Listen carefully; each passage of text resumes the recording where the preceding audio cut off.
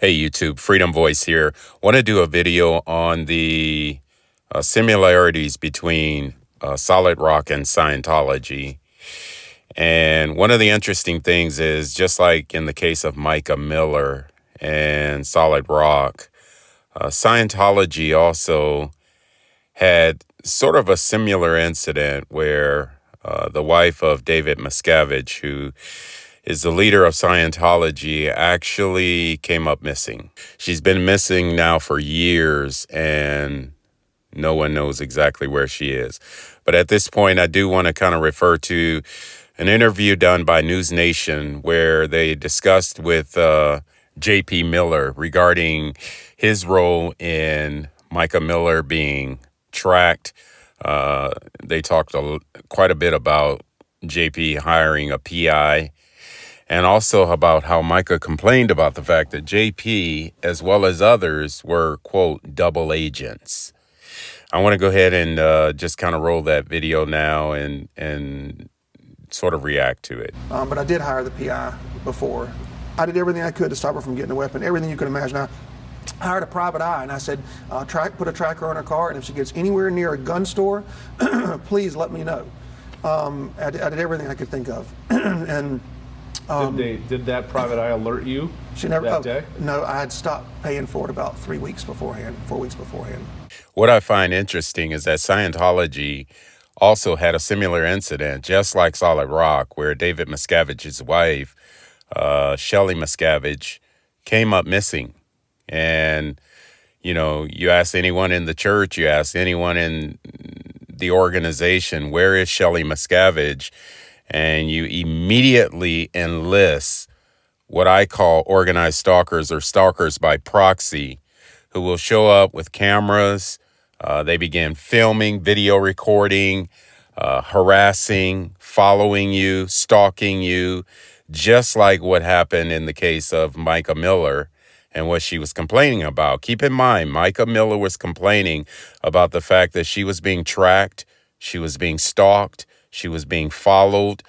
There was a lot of talk about video recording. Mica had video recordings of J.P. Miller's activity, as well as J.P. having recordings of Mica Miller. And all of this was brought out in the News Nation interview. A lot of it was talked about. A lot of it was detailed. And a lot of the information that I've learned since watching the News Nation interview sort of is reminiscing of the whole Scientology scandal.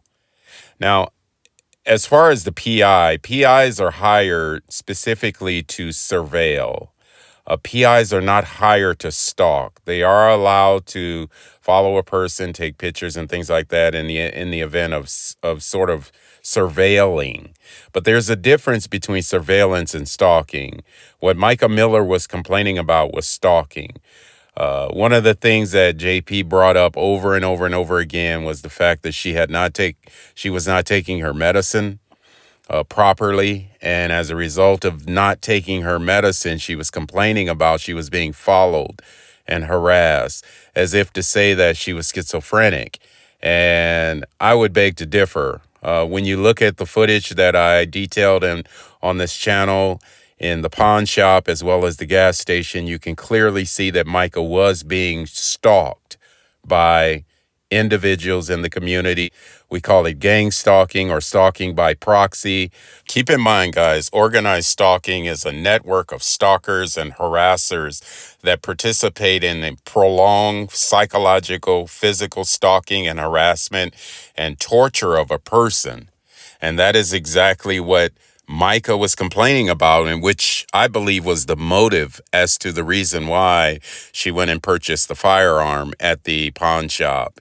If you do a search on Google of InfoGuard is an organization, it's a nonprofit organization that's basically formulated and organized by the FBI for the purpose of developing groups in the community for stalking.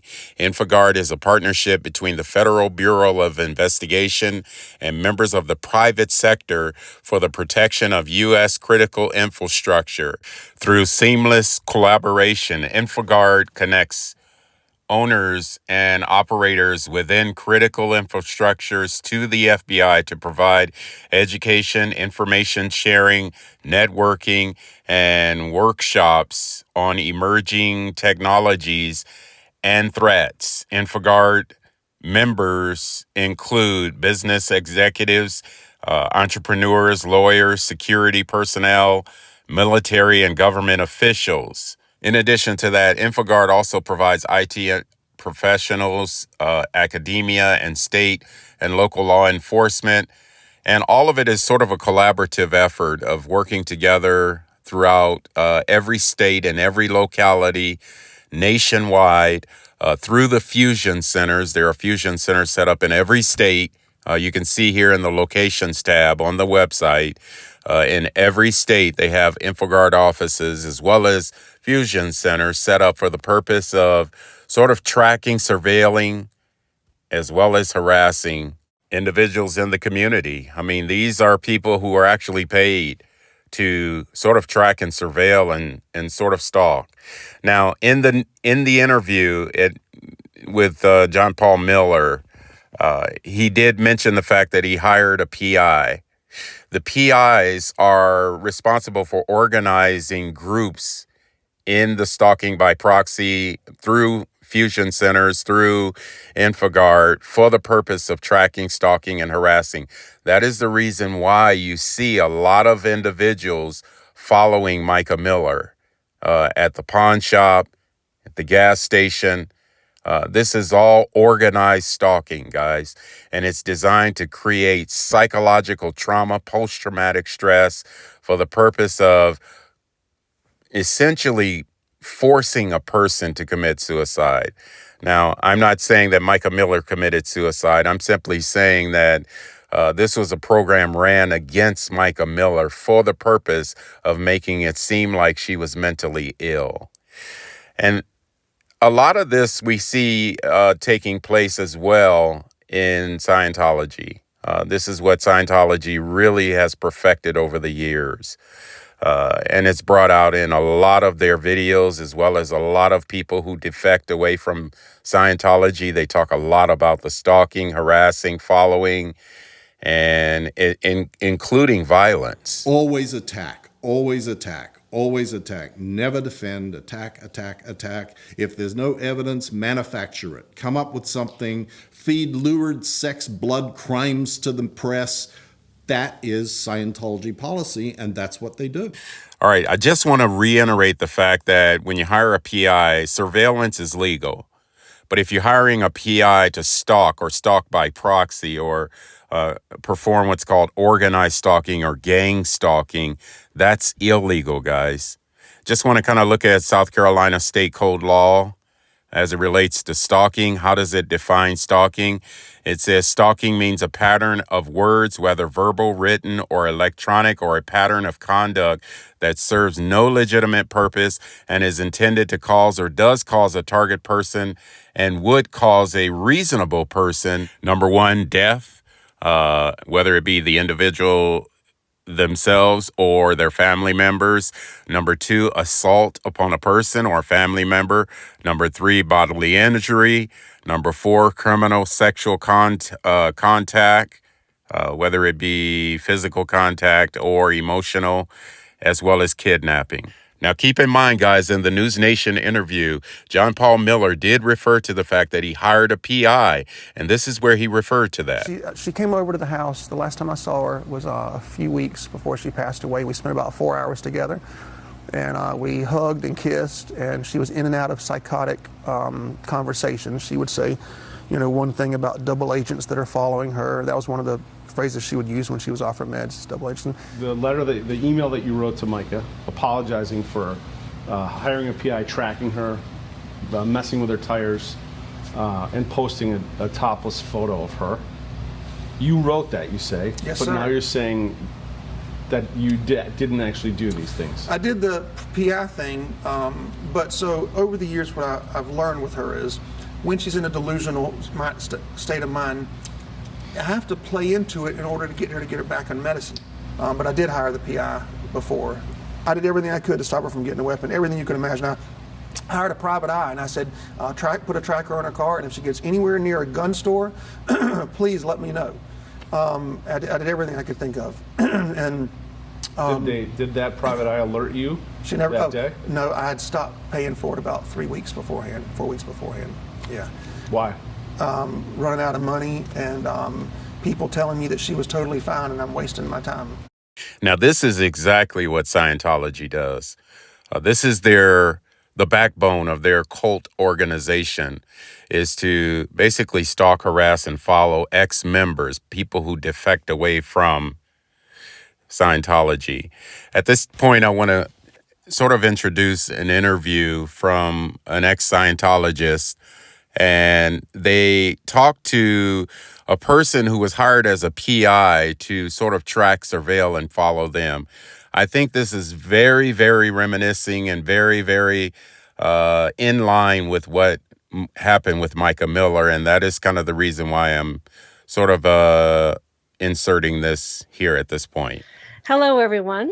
We have a very interesting topic for you to enjoy this evening. It's all about Scientology PIs and what they do to shutter people who speak out into silence. Throughout this video, guys, I'm going to be popping in from time to time just to sort of identify similarities between Scientology's activities and Mica Miller, as well as it relates to the whole stalking harassment thing. We've got a special guest here this evening, and I'd like to welcome Alana Warren. Hello. Hi. Hi. Oh my God. How are you? I'm good, and I'm so excited to speak to you for the first time. You were a private investigator working for Scientology, and this is, the very first time that you ever spoke out in public. But give an overview of who you are and how you began working for Scientology. I started City College back in 2009, April of 2009, and I was doing the private investigation program. So then you got started, and yes. what were some of the jobs that you were assigned to do? Well, first I was watching you and Matt. Yes. Okay, so watching us now, what did that entail to watch us? Well, we were in the motel next to you guys, but shortly after I first got down there, they did actually have me stay in the apartment below you guys. Is that right? All right, guys, as you can see, Alana was hired through Scientology as a PI to sort of surveil Amy. But I want you to notice how the lines are going to sort of be blurred here between surveillance and stalking as we continue with this interview. Yeah, I was really nervous because I really didn't know exactly what was going on, what the whole case was really about. And, he just said that he wanted to see if anything could be heard, from the apartment downstairs below you guys. Mm-hmm. So he meaning Dwayne? Dwayne, yes. So Dwayne got you to rent the apartment covered by your client, right? Paid for by your client? Yes. To be in they handled all of that. Yeah. Okay. So to be in the condo directly under us. And then what did you try to do in order to hear what was going on in our condo? Nothing really. I just kind of sat in there for the night and, just was trying to see if I could hear you guys through the ceiling. But I didn't hear anything and told Dwayne that. So he just went ahead and had me not stay there anymore and go back to staying in the hotel. Okay. And the hotel was directly across from my condo so that you had a bird's eye view.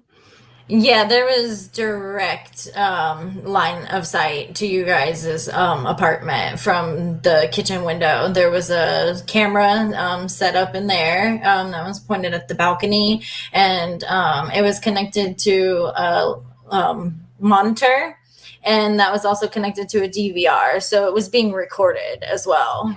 All right, guys, you can see the lines are sort of being blurred here between surveillance and stalking. Alana was... she rented the apartment below Amy's apartment. And she rented the apartment specifically for the purpose of listening to see what she can hear in her apartment. In addition to that, when she didn't hear anything, she moved back to the hotel across the street and began setting up video recording equipment to record Amy. So that the recordings could be given over to the client. The client.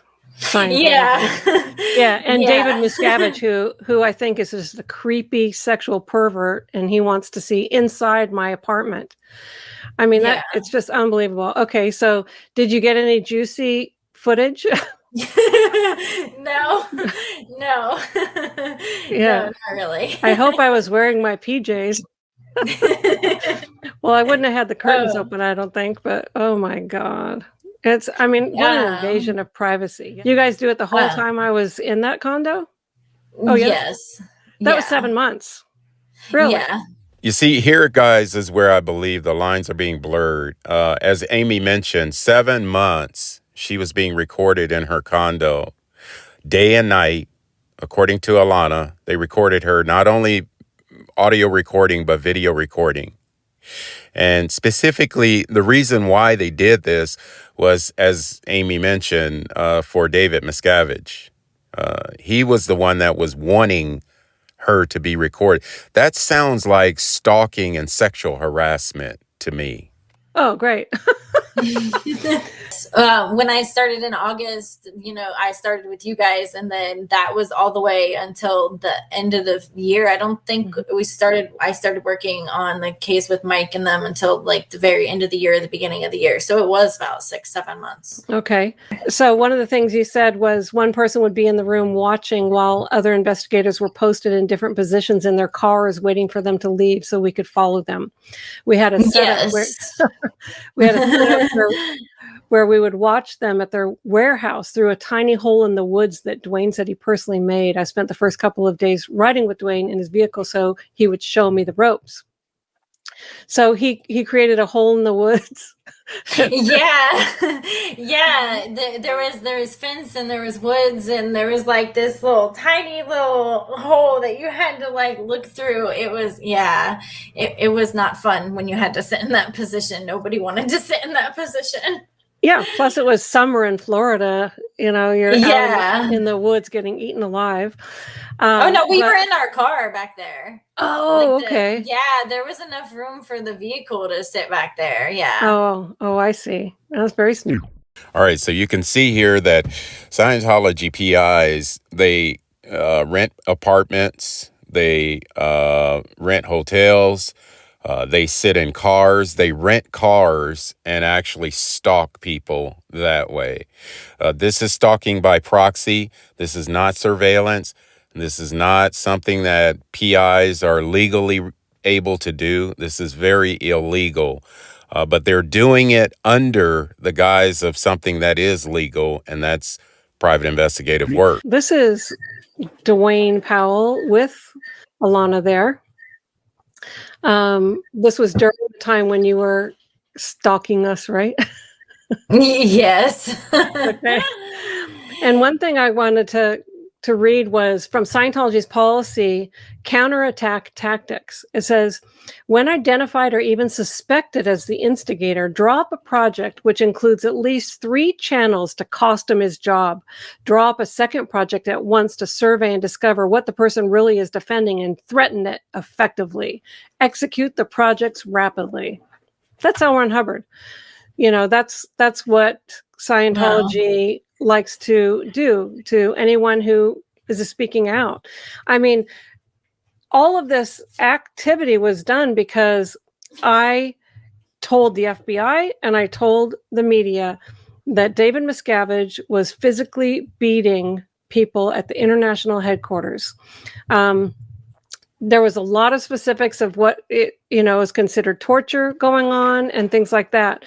And so I was like, public enemy number 1, along with Mike Rinder and Marty Rathman at the time. And Tom DeVock, because us four came forward on the Truth Rundown series with the St. Petersburg Times.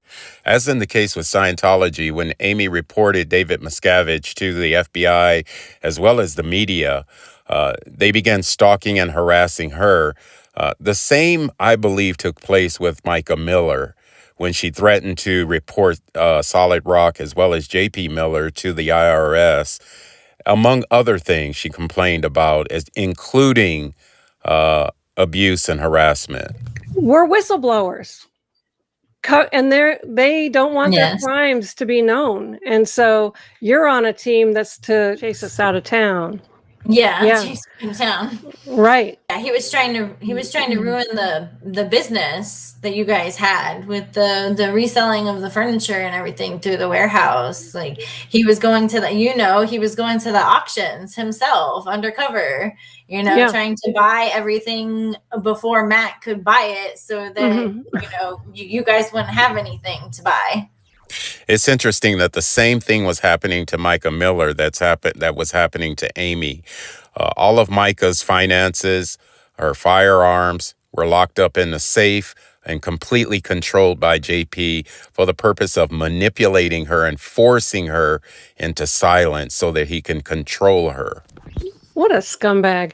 And the other thing is, I mean, did Scientology tell him to do that, or is he just being a creative butt? I mean, that's just ridiculous. No, I think that was all part of their plan, Scientology's plan. Yeah. And he just went along with all of it. Yeah. So he befriended us. And he was coming in and visiting and all this kind of stuff. And playing nice with Matt and stuff like that. And, just like a fellow person who did furniture and all this. And he even bought a car from us. That's how I knew his real name. He bought a car from us and then right away wanted to sell it back to us or whatever. And we was like, not happening. So we had it all decked out with trackers. Like you had these trackers. I'm going to show that. This is a certain kind of tracker that was put on our vehicle and everybody else's vehicle too, right? All the people that you something similar to that. It wasn't that exact brand, but it was something similar where the tracker was inside the actual box, so like then the box could like magnetically stick to like up underneath the bumpers where Dwayne liked to stick them, or he would actually go up underneath the car to the middle of the car and stick it there to the metal there. Right.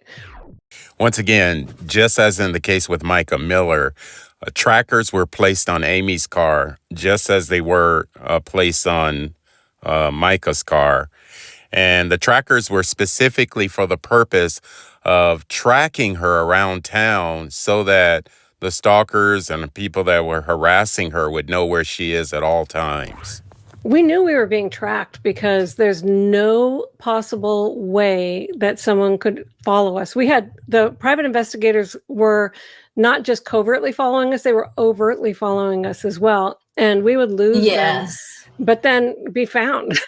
And so we knew there had to be trackers. So I know somebody before mentioned about the whole, like, they didn't understand the overt part of it. They wanted it to be known that you guys were being followed, but at the same time, like, Dwayne was smart about it. Like, he didn't want us to be burned. He didn't want our identities to be known. He didn't want our cars to get burned, even though that we would change them out often. Like, he still was trying to be smart about it at the same time. So that was the whole, like, covert part of the case. All right, so you can see that this is clearly stalking now. Apparently, this guy Dwayne, who is head of the stalkers for Scientology, I call them gang stalkers or organized stalkers, they would rent cars and they would change out the plates.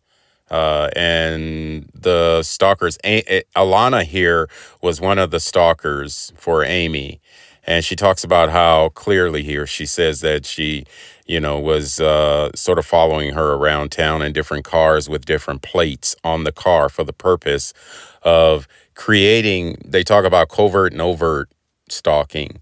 The whole covert part of it was to keep Alana from being sort of figured out, but the overt part was so that Amy would know that she's being stalked and it would create psychological trauma. You guys must have been spending a lot of money renting houses and changing out cars all the time. Oh yeah, I'm sure. Hotel rooms and renting houses to live in, and I mean, yes, the cars get changed out all the time. It was a lot of money, I'm sure. Wow. But it just goes along with Scientology saying, what's their wonderful quote about me? She was a serial sexual deviant who broke up marriages with her wanton adulterous affairs. Oh my goodness. So as you can see, the stalkers for Scientology, they create these false narratives. As Amy mentioned here, they put out a false narrative about her in order to continue the stalking. Not only continue the stalking, but continue the funding that they would receive for the stalking. She said that she was a sexual deviant who broke up marriages with her wanton affairs throughout the community. This was the false narrative that was put out regarding Amy for the purpose of the PIs and stalkers following her. Now, in the case of Mica Miller, I believe that J.P. Miller is putting out the false narrative regarding her mental health, stating that she's schizophrenic, bipolar, she has to be on lithium, and if she doesn't take her lithium medicines, that she could potentially commit suicide. All of this was the false narrative for the purpose of him hiring the PI to be able to stalk her and follow her around town, which ultimately created psychological trauma for Mica. Okay, we were followed across state lines by private investigators the whole time. They stalked my dad's house the whole time. And while and then I went to Lake Chelan, which is like a couple-hour drive, and there were all these cars following us, and they all had license plates that started with EAT and then numbers, and which I traced to a car rental from the Portland airport. And they probably picked up the cars there and then drove them up to Seattle or something like that, so it wouldn't be traced to Seattle, And but they were with us the entire way, all the way out to Chelan. And then when I was at Chelan visiting my uncle there, I got a phone call from inside my office, and they were also trying to tell us who we could and couldn't talk to, communicate with. And it's like, you know what? You don't own us anymore. You don't own us. You can't tell us who to talk to and where to live and what to do. That's it. Done. We're done. So just like David Miscavige was trying to control Amy, J.P. Miller was also trying to control Mica Miller by telling her who she could and could not talk to, constantly calling her phone, texting her, leaving messages on her phone, following her around town, tracking her, putting the deflators, tire deflators in her tires. All of this was for the purpose of intimidating and harassing her to the point where she felt helpless, like a helpless victim. You wonder why I'm suspicious of people. I mean, try 18 years of the most unbelievable tactics being applied by Scientology with their endless coffers of money that they can just throw at this stuff for lawyers and private investigators. It's just sick. And IRS, you gave this criminal organization tax-exempt status, and that tax-exempt status is being abused. As in the case with Scientology, Solid Rock is also a nonprofit organization. And as was the case with David Miscavige and the Scientology PIs and stalkers, J.P. Miller also had stalkers and people that he hired and people even on staff at Solid Rock who were specifically tasked to dig up dirt on content creators and paying them $350 per content creator. It's tax money that's being spent to harass people who are trying to speak out. It's just unforgivable to me. But try being at the receipt end of 18 years of this crap. It's unbelievable. The other thing is, we're photographed. Oh, I got to show you some photos. Yes, we're photographed and videoed every step of the way. Okay, well here, Yes. another thing that Scientology did is that they called the landlord where I lived in the condos on Clearwater Beach, and they were trying to find out if the St. Petersburg Times was paying my rent. This is the place where you guys stayed. It's called the Ebb Tide Resort on Clearwater Beach. And that was the place where you stayed. It says Scientology spying on Amy Scobie and Matt Pesh, cameras pointed in their home. So that was across the water. So you must have had strong lenses in order to get into my house. Well, no. I mean, we were in one of the. You see where the black car is? I mean, we were on that side, so our room was pointed directly at you guys. Oh, Dwayne made sure he had a room where we had direct view. Mm-hmm. Yeah, I like the view over this way. If we could just if we could just have this over here, please. Yeah. Oh my gosh. Then on. All right, here's where it gets very interesting. Dwayne Powell, who was heading up the PIs for Scientology, actually got busted. And when they caught him not only with a lot of details that he was using, resources he was using for stalking, but they also found a lot of firearms in his possession when they did, in fact, catch him. And I want to kind of sort of show that. And again, be thinking about what happened to Mica Miller. She was being stalked, followed, tracked, harassed by PIs, but she also came up unalived with a gunshot wound to the head. 9 April 2015, Mr. Dwayne Powell gets busted. This is his mugshot. And it says, 2 heavily armed private investigators, Dwayne Powell, 44, above in police mugshots, and his 27-year-old oldest son, Daniel, claimed they were paid more than $750,000 to follow Ron Miscavige. Dwayne Powell was arrested after a woman called police saying he was behaving suspiciously. And now when they did that, they called the police and the police came. They found all sorts of weapons. Police found weapons including a 9mm Glock with laser sight, a .22 rifle with 89 rounds, a bolt-action 7mm Winchester, and a .22 Smith & Wesson handgun inside Powell's Ford Edge. So this is no longer surveillance by PIs, guys. This is stalking by a criminal network organization specifically designed to force a person either to commit suicide or to take them out themselves. I mean, anyone that goes around town following somebody with all these firearms, they have malice, ill intent in mind for the person that they're stalking and following. And that is very obvious from this video and from what we're hearing here. I believe this is very much in line with what happened with Mica Miller. Police officers also discovered 2,200 rounds of ammunition in the car, which Powell allowed them to search. Another weapon in the car was a rifle, which featured a scope. Police also found a silencer for the rifle. Now, just think about what happened with Mica Miller. Think about how she was found at Lumber River State Park.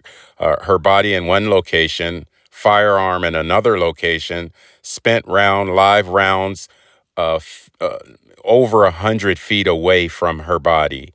It just doesn't make sense, but it's in line with when you think about and look at all of the firearms, the silencers, the scope, and everything that these PIs were carrying around. It seems to sort of explain the possibility of how Mica could end up unalive and her body and firearm and everything be in another location or far away from the body itself. That's the silencer there in the second photo. A variety of guns were found in Powell's vehicle.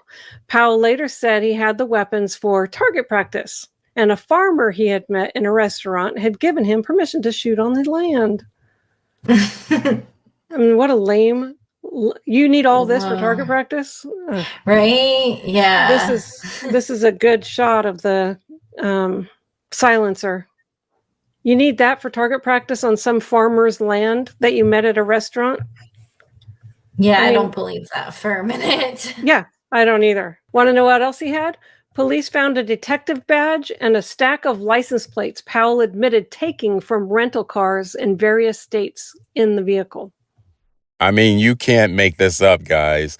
Just like this PI had a badge saying he was a detective, J.P. Miller also had a badge. And on his badge, it said that he was a pastor, that he was also part of law enforcement. So he had Yeah, those yeah, the things. detective license, I saw that. He showed me that at one point. And then the license plates, some of those came from the rental cars in Florida because he had been taking them off of them and like would switch them out and stuff. Yeah. I don't know how he was getting away with that, honestly. Yeah. And then this is, it says several boxes labeled portable cell phone signal blocker devices were found in Powell's vehicle. He tried to tell me that he was part of some secret group called the Regulators and said that he was talked into and forced to basically join them, and they were just they're this secret group that like does their own justice when it's not served out legally in the court system. So what she's referring to here is the gang stalking program. Organized stalking, stalking by proxy, call it whatever you want. It's gang stalking. It's a secret group, just like what she mentioned. These are all stalkers hired by PIs to follow people around, to stalk them covertly and overtly for the purpose of creating psychological trauma, forcing them to unalive themselves. Once they unalive themselves, they collect a very generous life insurance policy that they took out on the person when they started stalking them. And the life insurance payout is to reimburse them for all the expenses for renting cars, renting hotels, all of those following all the expenses that was required to stalk the person. It's a crime, and it must be exposed for what it is. This is what was happening to Amy. It was happening to Mica. And I believe it's happening to millions of Americans nationwide and even people around the world. It's an illegal crime. It's corruption. And it even goes as high as the U.S. government. Well, it sounds Yeah. like he's a real law-abiding citizen, doesn't it? Oh yeah, definitely. Mm-hmm. So like when he told me that story, I don't know. That's when I started to question everything. Like Mm-hmm. everything that he had been telling me, everything that had happened in our relationship and like what is really going on. And so that's when he started sending me these pictures and these voicemails that he kept trying to leave for me because I wasn't answering his phone calls anymore. And Yeah. I was still talking about trying to come speak out and talk about what I knew about working as a PI for the church. Right. Yeah. I mean, that's the thing that he was freaked out about, I'm sure. Yeah.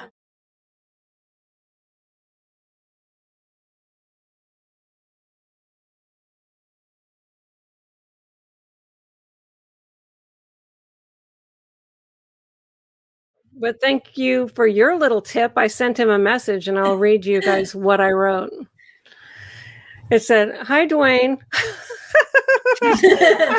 I'm sure his stomach probably fell when he saw that it was Amy Scobie writing to him. So, "Hi, Dwayne.